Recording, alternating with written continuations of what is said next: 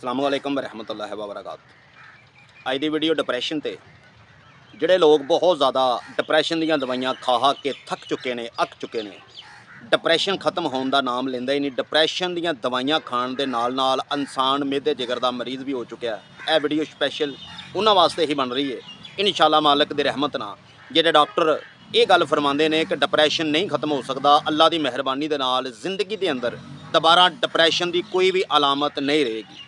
Depression दीयां कुछ अलामतां तुहानूं दस्सियां जाणगियां, परहेज़, गज़ा और इहदी मुकम्मल तशखीस और किहड़ी चीज़ इंसान नूं फायदा दिंदी है डिप्रैशन च, किहड़ी चीज़ डिप्रैशन नूं बढ़ोतरी दिंदी है, इसे वीडियो च मुकम्मल तुहानूं दस्सिया जाएगा। डिप्रैशन जिहड़ी है एक खामोश किलर है। इंसान के जिसम के अंदर अगर डिप्रैशन दी अलामतां ज़ाहर होने लग पैण तो इंसान के दिमाग का खुश्क होना तय हो जाता है। डिप्रैशन एक बहुत खतरनाक बीमारी है और कुछ लोग डिप्रैशन के अंदर दिमाग दियां ही दवाइयां खानियां शुरू कर देंगे ने। मिसाल के तौर पर नींद बिल्कुल खत्म हो जाती है। नींद दियां गोलियां खा के इंसान अपने दिमाग के अंदर खुश्की नूं ज़्यादा कर लेंदा है। देखो सब तो पहला कि उजलाती मिजाज के अंदर गज़ा मैनूं किहड़ी फायदा कर रही है और किहड़ी नुकसान कर रही है। उजलाती मिजाज दियां तशखीसां अलहमदुलिल्लाह मेरे ही चैनल ते तुहानूं मिलणगियां। किहड़ी गज़ा तुहानूं फायदा दिंदी है और किहड़ी गज़ा तुहानूं नुकसान कर रही है। सब तो पहला कि नींद बिल्कुल खत्म हो जाना, वसवसे बहुत ज़्यादा आना, चिड़चिड़ापन बहुत ज़्यादा होना, पट्ठियां दा खचाओ, हथ पैर गर्म, सुन पसीना ज़्यादा आना, पट्ठियां दा खचाओ, ज़हन दे अंदर एक डर खौफ, दिल की धड़कन बहुत तेज़ हो जाना, गैस और कब्ज़ बहुत ज़्यादा रहना, लक दे कड़े दे विच बहुत ज़्यादा दर्द रहना जिन्हों कमर दर्द कहा जाता है, खून, बवासीर या खास करके पखाना सख्त स्टून पास छेती नहीं होंदा, उहदे नाल जलन या मास दा लटक जाना मतक दे अंदरों या खास उहदे नाल खून होना शुरू हो जाना। इस मर्ज़ दे अंदर यदि इब्तदाई तबखीर मैदा वे, तबखीर मैदा जिन्हों कहा जाता है, यह असाबी या खास करके असाबी गैस या ये अंदर असाब के अंदर बहुत ज़्यादा कमज़ोरी का ये अंदर महसूस होना।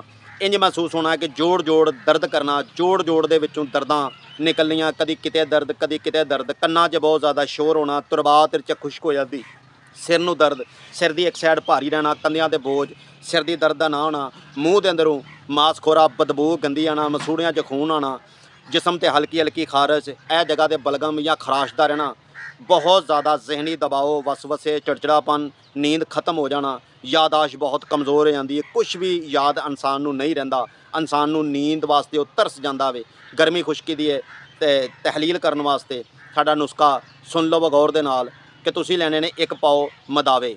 मदावे जड़े ने उन्होंने गिल हिकमत करके दा कुश्ता मारना है तो मुकम्मल तरीका इस वजह तुहानूं दस रहा कि किसी सन्यासी को यह नुस्खा तुहां बनवाना और खाना है, गलत नहीं बनाना और आम बंदा तो दूर रहे। और साडा 103 नंबर और खास करके 83 नंबर मलइयां जिहड़ा साडा जाती तैयार होया वे उन्होंने नाल सुबह दोपहर और शाम अद्धा दा चम्मच इस्तेमाल करना पानी दे नाल। इंशाअल्लाह तुसीं देखोगे पहले दिन ही तुहानूं नींद आएगी, तुसीं खुल के जिंदगी गुजारन दा अलहमदुलिल्लाह ज़ायका लोगे। तन्हाई जड़ी बहुत ज़्यादा पसंद रहिंदी है, तन्हाई और ख़ास करके बेबसी इंसान का ज़हनी तवाज़ुन मुकम्मल कम नहीं करता। चेहरे ते किल दाने छाइयां, इंसान का जोरों किसड़ नाल जोड़ां च दर्द, कैलेस्ट्रोल वधदा घटदा पिया, नाल शुगर भी अगर मौजूद है, यही नुस्खा इस्तेमाल करो, अल्लाह पाक की रहमत होएगी। खास करके लेडीज़ जिहड़ी हामला वे बहुत ज़्यादा परेशान रहेगी इस मर्ज़ के अंदर, वो भी इस्तेमाल कर सकती है। कोशिश करनी है कि ये वीडियो तुहां शेयर लाजमी करनी है ताकि किसी होर दा भला भी होवे, अल्लाह पाक उहदे वक्त बुलंद अता फरमाए, अपने प्यारे हबीब दे सदके उन्होंने शफा देवे। जिहड़े बंदे तन्हाई बहुत ज़्यादा पसंद करते हैं, तनहा रहन गिज जाते हैं, शोर शराबा उन्होंने पसंद नहीं आता, खामोश बहुत ज़्यादा रहिंदे ने, अपना यारां बेलियां च निकलना बहना उठना बंद कर चुके हैं, इस मर्ज़ के अंदर मुकम्मल तरीके दे नाल गराओ के अंदर मौजूद ने, इहो ही नुस्खा उन्होंने इस्तेमाल और यदा 100% रिजल्ट अल्लाह की रहमत ना पहली खुराक ही नींद लियांदी है, वसवसे खत्म कर दी, चिड़चिड़ापन खत्म कर दी है, जिहड़े पेट के अंदर हवा के गोले रहिंदे ने अलहमदुलिल्लाह इनू खत्म कर देंदी है, तजाबियत सीने ते जलन खत्म कर दी है, कब्ज़ नू खत्म कर देंदी है, पट्ठियां दा खचाओ, ज़हनी तनाव, कन्ना च शोर, दिमाग का शोर खत्म कर दी है अलहमदुलिल्लाह। और किल दाने छाइयां ते ऐसे मरीज़ के वाल जिहड़े ने बहुत ज़्यादा यानी कि तेज़ी नाल गिरना शुरू हो जाते हैं। बहुत कमाल का नुस्खा है। मिलते हैं इस तरह अगली वीडियो च, उन्नी देर तक नेक दुआवां च याद रखिया जे। अल्लाह निगहबान।